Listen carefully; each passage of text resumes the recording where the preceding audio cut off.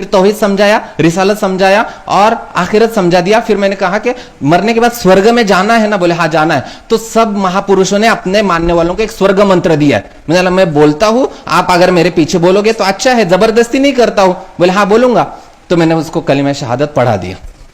हजरत मुफ्ती साहब के सामने पढ़ाया और मुफ्ती अब्दुल सत्तार के सामने पढ़ा और प्रैक्टिकली मैंने दिखा दिया, कोई काम मुश्किल नहीं है। ये हर आला ओहदे पे क्लास 1 ऑफिसर ब्राह्मण मिलेगा, जज ब्राह्मण मिलेगा, अच्छा वकील ब्राह्मण मिलेगा, पुलिस कमिश्नर ब्राह्मण मिलेगा। और फिर मुसलमान को ढूंढने जाएंगे तो मुसलमान मिलेगा, पंचर निकालने वाला, गैरेज वाला और सब्जी वाला और ठेले पे जूते चप्पल बेचने वाला, सब्जी बेचने वाला, फल बेचने वाला। हर जुमा में बयान किया और कभी कोई बयान रिपीट नहीं किया। तो इस वजह से भी वो बहुत मुतासिर है। वहां के लोग अभी भी बहुत राब्ते में है, क्योंकि अभी मैं 18 अक्टूबर 2021 से औरंगाबाद में वक्फ बोर्ड के अंदर महाराष्ट्र स्टेट बोर्ड ऑफ वक्फ में खिदमत अंजाम दे रहा हूं। महाराष्ट्र स्टेट बोर्ड ऑफ वक्फ में खिदमत अंजाम देने के पहले मैं असरी तालीम की अहमियत मुख्तसरन बता दूं और साथ में एक दूसरी खिदमत की तरफ भी इशारा करता चलो। असरी तालीम की अहमियत आज हम सब समझते हैं, सब जानते हैं और रईस जामिया का भी इसकी तरफ रुझान हम सबको पता है। तो क्या आज अवाम में 1.5 करोड़ बच्चे मुसलमानों के असरी तालीम हासिल कर रहे, 1.5 करोड़। उसमें से 50% बच्चे 10th से पहले ड्रॉप आउट ले लेते, छोड़ देते पढ़ाई मुसलमानों के। और हो क्या रहा है इसकी वजह से? मुसलमान मजलूम, मुसलमान माशी एतबार से कमजोर और मुसलमान हर किसी के एक उनका हदफ बन चुका है मुसलमानों को टारगेट बनाना। अब इससे हो क्या रहा है कि मुसलमान की पहचान हुई है पंचर वाला इस नाम से मुआशरे के अंदर। क्यों हुई है? क्योंकि जब तबका 40% से आगे चला जाता है किसी पेशे के अंदर, 40% से आगे चला जाता है तो उसको उसी पेशे के साथ जाना जाता है। तो मुसलमान की पहचान हो रही है पंचर वाले के नाम से। और ये हमारे लिए दुख की बात है, क्योंकि हमारे आबा व अजदाद बादशाह हुआ करते थे और हम ना अहल पंचर वाले के नाम से मौसम किए जा रहे हैं। ये हमारे लिए बहुत ही शर्म वाली बात है। और कुछ मैं डेटा लेकर आया हूं जिसको अगर आपके सामने पेश करूंगा तो आपको बड़ी ताज्जुब होगी कि 40% मुसलमान ये पेशे के एतबार से वाकईतन पंचर और गैरेज का ही काम करते हैं। 52% मुसलमान ये हम्माली का कारोबार करते हैं। उसके बाद में 40% आईटी कंपनियों के अंदर झाड़ू पोछा करने वाली मस्तूरात मुसलमान है, जो सुबह में आईटी कंपनियों के अंदर आके बेंगलोर वगैरह की जो बड़ी बड़ी सिटी है, बेंगलोर है, हैदराबाद है और दिल्ली है, गुड़गांव है, यहाँ पे 40% मुसलमान खवातीन ये झाड़ू पोछा का काम करती है, मुसलमान खवातीन। उसके बाद में इसके बाद वाली बात जो तहकीक की सर्वे है ये बताऊंगा तो शर्म से मेरा सर ही झुक जाता है कि 45% मुसलमान खवातीन प्रोस्टिट्यूट बनी हुई है। प्रोस्टिट्यूट का तर्जमा आप खुद ही देख लीजिए। उसके बाद में हिंदुस्तान की सबसे पढ़ी लिखी कौम के साथ में अगर हम हमारा मुकाबला करना चाहे तो नहीं हो सकता है। और मुसलमानों के ऊपर होने वाले जुल्म की वजह ये असरी तालीम का फुकदान भी है। मैं जो कहना चाह रहा हूं, दीनी तालीम से बिल्कुल कोई वो नहीं है, तंसीस से माँ अदा की नफी को मुस्तलजिम नहीं होती। इस उसूल को मद्देनजर रखते हुए मेरी बात सुने। लिहाजा असरी तालीम का फुकदान मुसलमानों के जुल्म की वजह है। असरी तालीम का फुकदान मुसलमानों के इनकलाबी तहरीक न करने की वजह है। असरी तालीम का फुकदान मुसलमानों के माशी गुर्बत की वजह है। असरी तालीम का फुकदान मुसलमान कौम के पिछड़े हुए होने की वजह है। इसको हमें एक सुधारने की जरूरत है। कैसे, वो भी बताता हूं। असली तालीम हासिल करने के आसान तरीके, मैंने तो ये तो बताया मुसलमानों की आसान तरीके।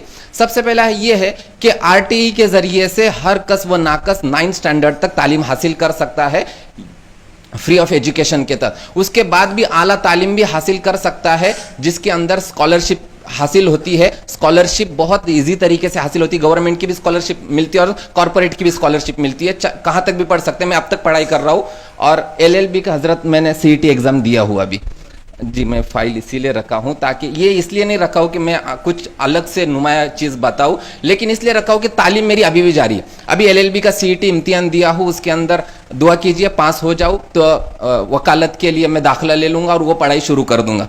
उसके जी हजरत, जी हजरत, जी हजरत, जी हजरत, जी इंशाल्लाह। और जिन कौम को तरक्की मिली है वो तालीम से ही मिली है, दीनी तालीम हो या असरी तालीम हो। दीनी तालीम का बिल्कुल अपनी जगह पे एक मर्तबा है, मैं फिर से एक बार कह रहा हूं, मैं उससे कोई मुझे तारुज नहीं, लेकिन असरी तालीम के इन्हिराफ की वजह से बहुत ज्यादा नुकसान होता जा रहा है। और असरी तालीम हासिल करने वालों ने तरक्की की है, इसकी मिसाल दुनिया के यहूदी है और हिंदुस्तान के ब्राह्मण कौम है, इसकी मिसाल है। हर आला ओहदे पे क्लास 1 ऑफिसर ब्राह्मण मिलेगा, जज ब्राह्मण मिलेगा, अच्छा वकील ब्राह्मण मिलेगा, पुलिस कमिश्नर ब्राह्मण मिलेगा। और फिर मुसलमान को ढूंढने जाएंगे तो मुसलमान मिलेगा पंचर निकालने वाला, गैरेज वाला और सब्जी वाला और ठेले पे जूते चप्पल बेचने वाला, सब्जी बेचने वाला, फल बेचने वाला। आखिर क्यों? तो इसके लिए हमें सोचना है, हमें खुद भी करना है। और हमारे एक एक एक एक हीरे के अंडर 1,000 लोग हैं। आप सब हीरे हैं, अन्नासु मादिन, आप काइन, ये माइंस हो, आपके अंदर से बहुत कुछ खजाना निकल रहा है। तो आपके अंदर 1,000 लोग हैं, उन तक इन बातों तक आप पहुंचा दीजिए। उसके बाद में मुसलमानों का सरकारी नौकरियों में आने का फुकदान, ये बहुत बड़ी वजह है कि मुसलमान इस तनज़्ज़ुली के अंदर पहुंच चुके। डेमोक्रेटिक कंट्री है, डेमोक्रेटिक कंट्री के अंदर जब तक हुकूमत के अंदर हम नहीं पहुंचेंगे तब तक हमारा जवाल ही होता रहेगा। फिर से एक बार कहता हूं, डेमोक्रेटिक कंट्री में जब तक हम हुकूमत के ओहदे तक नहीं पहुंचेंगे तब तक हमारा जवाल ही होता रहेगा, चाहे कुछ भी कर लिया जाए। अमेरिका के अंदर रेड इंडियंस थे, रेड इंडियंस के ऊपर बड़ा जुल्म हुआ, अमेरिकियों ने, गोरों ने वहां पे कालों को मारा, उन्होंने बर्दाश्त किया और अपने बच्चों को पढ़ाते गए यहां तक के 30 साल के बाद में वहां के बड़े बड़े ओहदों पर वो रेड इंडियंस ही फाइज हुए। गूगल का सीईओ इंडियन है, उसके बाद माइक्रोसॉफ्ट का सीईओ इंडियन है। क्यों हुआ? उन्होंने तालीम के अंदर उनको आगे बढ़ा। और ये वो इंडियन नहीं जो यहां से गए, समझ लीजिए, ये वो इंडियन नहीं, ये वो इंडियन है जिन्होंने वहां पर ही तालीम हासिल करके उनको पढ़ाया। रेड इंडियंस ये वही के, यहां से गए हुए नहीं है, ये वही के है। उसके बाद में और मुख्तसर कर देता हूं कि सरकारी नौकरी हासिल करने के लिए मैं एक तरीका बताता हूं कि क्या किया जाए। मैं जब गया था वक्फ बोर्ड के अंदर इंटरव्यू के अंदर, यही फाइल लेकर गया था, इस वजह से हजरत के सामने रखा हो। इस फाइल के अंदर हजरत, इस फाइल के अंदर मेरे असरी तालीम के तमाम सर्टिफिकेट्स, कंप्यूटर MSCIT से लेके तो PG तक, यानी पोस्ट ग्रेजुएशन तक के, DED वगैरह के साथ में बहुत ही कायदे से लैमिनेशन करके मैंने रखे हैं। उसके बाद में मदरसे और पहले स्टैंडर्ड से, पहली से पोस्ट ग्रेजुएशन तक के सब चीजें इसके अंदर, और मदरसे के दीनियात से इफ्ता तक के तमाम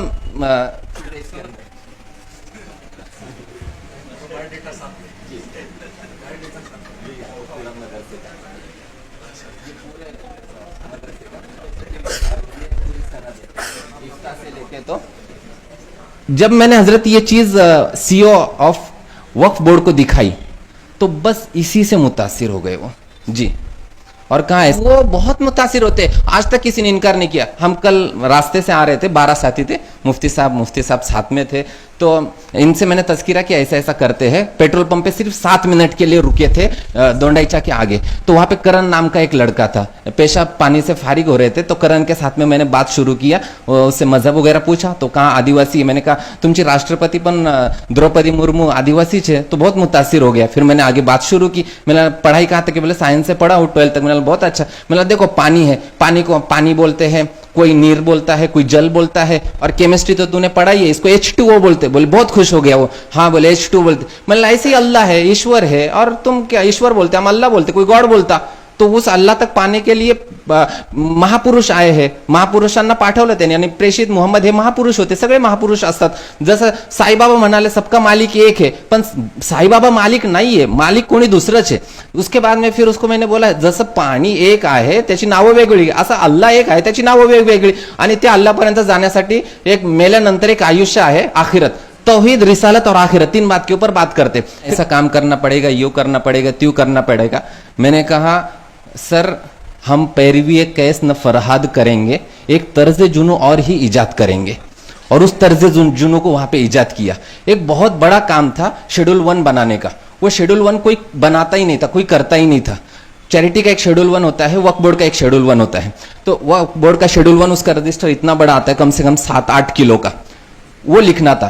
तो मैंने जब से शुरू किया तो मराठवाड़ा अब कंप्लीट होने को है, जिसके अंदर 4000 फाइल मैंने कंप्लीट की। तो ये एक तर्ज जुनू मैंने वहां पर ईजाद किया वक्फ बोर्ड के अंदर। तो ये फाइल से ही वो मुतासिर हुए। और इलाकाई जबान आना फर्ज आयन, वाजिब नहीं, इलाकाई जबान आना फर्ज आयन। मराठी आनी ही चाहिए, महाराष्ट्र वालों, कर्नाटक वालों कन्नड आनी चाहिए, सिर्फ बोलते नहीं आनी चाहिए, वो टाईप करते आना चाहिए। मला खूप चांगल्या प्रकारे मराठी येते, कारण मी तिथं जे पण भेटतात ना त्यांच्यावर मराठीतच बोलतो, त्याच्यामुळे ते खूप मला चांगलं वाटतं त्यांना। आणि त्यांना वाटतं का पश्चिम महाराष्ट्राचे लोग खूप चांगले मराठी बोलतात। तो ये इलाकाई जबान आपको इतनी अच्छी आनी चाहिए कि कुछ भी बोलो करो, टाइप करना है, मराठी जबान, मराठी इलाकाई जबान है तो आनी चाहिए। MSCIT मराठी में हो और इंग्लिश मराठी टाइपिंग आपको आनी चाहिए, ग्रेजुएशन का सर्टिफिकेट होना चाहिए।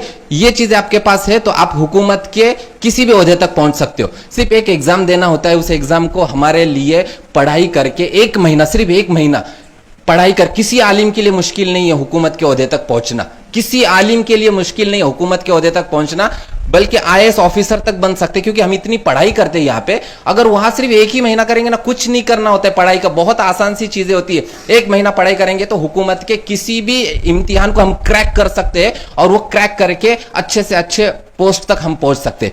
ये तो हो गई आसान तरीका तालीम हासिल करने का। उसके बाद में एक जो खिदमत अभी औरंगाबाद में अंजाम दे रहे हैं वो ये है कि हम इतवार के दिन एक गश्त करते हैं। इतवार के दिन 3 बजे से मगरिब तक एक गश्त करते हैं। वो गश्त सिर्फ गैर मुस्लिमों में होता है। और आखिरी इतवार की ये कारगुजारी हजरत कि जितने साथी जमा हुए थे, 10 जमातें बनाई, 10 जमात में से हर जमात में 3 साथी थे, मेरी जमात में भी 3 साथी थे हम। तो हमने 18 लोगों को कलमा पढ़ाया, गैर मुस्लिमों को। और ये काम हर इतवार को करते हैं, जुमा के दिन भी करते। जुमा को साथी कम होते, छुट्टी ना होने की वजह से इतवार के दिन ये बहुत कायदे से सब शरीक होते हैं। टूरिस्ट पॉइंट पे जाते, हॉस्पिटल्स में जाते हैं, जहां पे लोग इंतजार में रहते, इसलिए कि ये अमानत है हमारे पास में। सबसे बड़ी अमानत आज कुछ कोई है तो ये ईमान वाली अमानत है जो गैर मुस्लिम तक पहुंचाना है। वो जो हमारे दुश्मन बने हुए इसी वजह से कि हमने अमानत उन तक नहीं पहुंचाई है। जब ये अमानत हम उन तक पहुंचा देंगे ना तो वो बहुत मुतासिर होते हैं। आज तक किसी ने इनकार नहीं किया। हम कल रास्ते से आ रहे थे, 12 साथी थे, मुफ्ती साहब साथ में थे।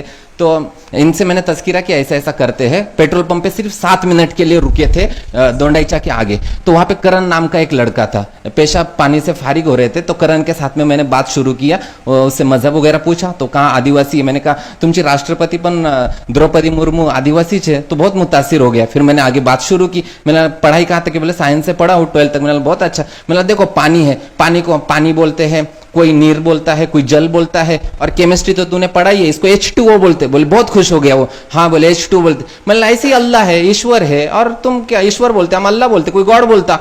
तो उस अल्लाह तक पाने के लिए महापुरुष आए हैं, महापुरुषांना पाठवलं त्यांनी। आणि प्रेषित मोहम्मद हे महापुरुष होते, सगळे महापुरुष असतात। जसं साईबाबा म्हणाले सबका मालिक एक है, पण साईबाबा मालिक नाहीये, मालिक कोणी दुसरंच आहे।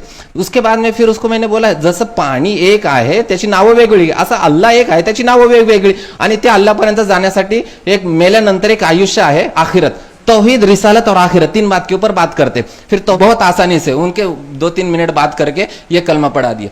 तो ये अमानत जब तक हम उन तक नहीं पहुंचाएंगे। और सुबह में भी हजरत मौलाना हुजैफा साहब ने जो बात की है, उन सब का खुलासा यही निकलता है कि अल्लाह के पैगाम को लोगों तक पहुंचाना, मुसलमानों तक नहीं, लोगों तक पहुंचाना। तो दूसरी हजरत ने भी जो बात की, अद्दीन अन-नसीहा, अद्दीन अन-नसीहा किसके लिए? सबके लिए है नसीहत, सबके लिए। और सबसे बड़ी नसीहत ईमान के अलावा और क्या हो सकती है? उसके बाद में मुफ्ती गयास साहब ने भी जो बातें की है, ये सब का खुलासा फिक्र इस्लामी पर बहुत काम हुआ है। फिक्र इस्लामी पर काम ही नहीं हो रहा है। फिक्र इस्लामी दीन की, ईमान की इशात से बढ़कर और क्या हो सकती है फिक्र ईमानी। उसके बाद में हालतें उन्होंने बिगड़ रहे हैं जो उन्होंने कहा, तो ये बिगड़ने की वजह यही है कि हम अमानत उन तक नहीं पहुंचा रहे। तो ये अमानत अगर हम उन तक पहुंचाने वाले बन जाएंगे तो ये हमारे लिए बहुत सारी चीजें हमवार हो सकती है। और हजरत का एक शेर मैं शुरू में कहने वाला था, सुबह होती है शाम होती है और हजरत की ऐसी ही याद आती रहती है। तो हालांकि हजरत कुछ और बोलते हैं लेकिन हजरत की याद आती रहती है। लिहाजा और भी मजमून था लेकिन अब नहीं पढ़ूंगा, अल्लाह ताला हम सबको कहने सुनने से ज्यादा अमल करने की तौफीक अता फरमाए।